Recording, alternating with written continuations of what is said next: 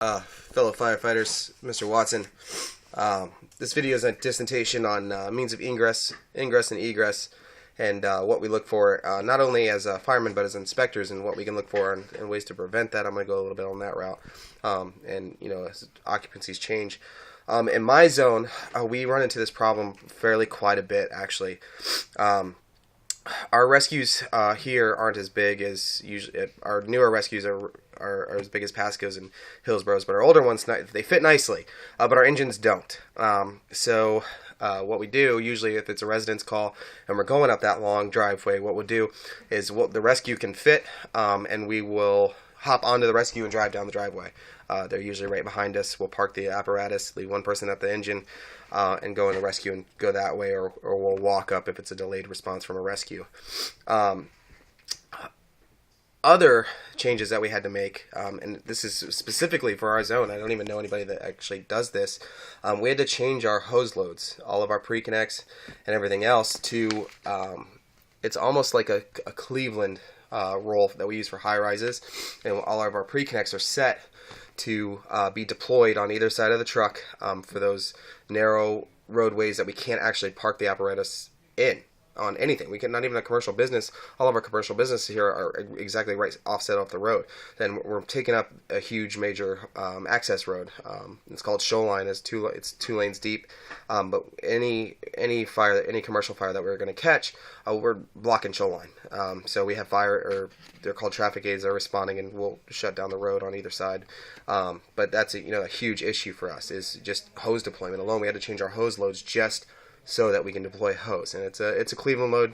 I'll post a video about it, but it's primarily used for high-rise applications. The only downfall is we have to water hammer our hose, or water hammer our truck, because we need that pressure that's backing it up to deploy the hose out. But it works fairly well for the amount of fires that we catch, and the risks outweigh the benefits outweigh the risk of it.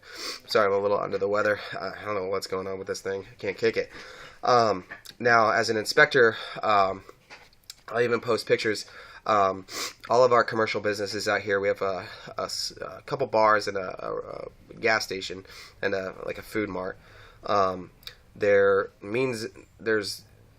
just one main entry and one main exit from these structures, and then I have to worry about ladder placement. All of our commercial structures just happen to fall under low-hanging power lines, and I can't get them in or out of the parking lot. If it was actually, all the parking lots happen to sit also as well on the C side of the structure. I can't get them in or out, and I've been looking at that recently, and I'm like, wow, I really can't do anything with this. I'd be able to place a ladder on the A side of the structure, but then again, I impede all of traffic on Shoreline Boulevard. It's very, I don't want to say it was not thought through, but they just widened Shoreline, and that happened to, be a downfall for us.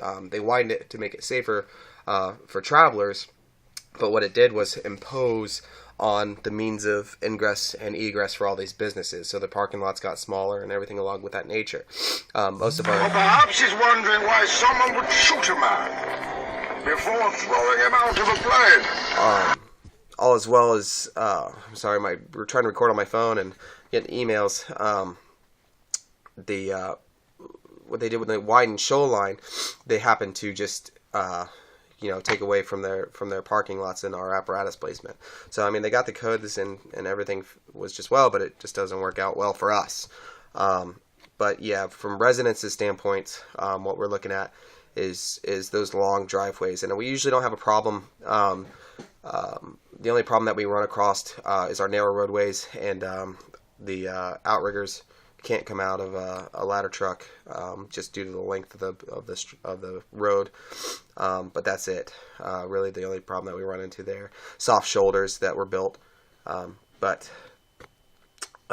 other than that, that's it for the main residents. Just those long driveways where we can't fit our apparatus through their gate or through their down trees. So we just hop on the rescue. That's usually how we combat that problem.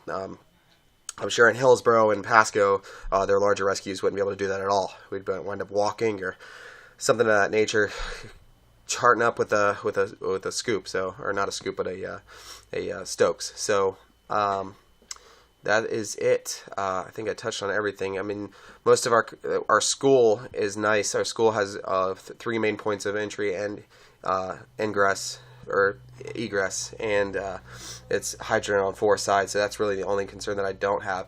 But we run so much training at that school. I could tell you everywhere where everything is, everywhere where everybody's, even my 4th due rescue placement.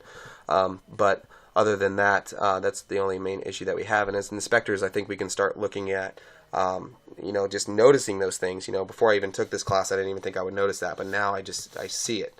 I'm like, wow, where would I park my apparatus, or where would my second due engine establish water supply, and where would he go?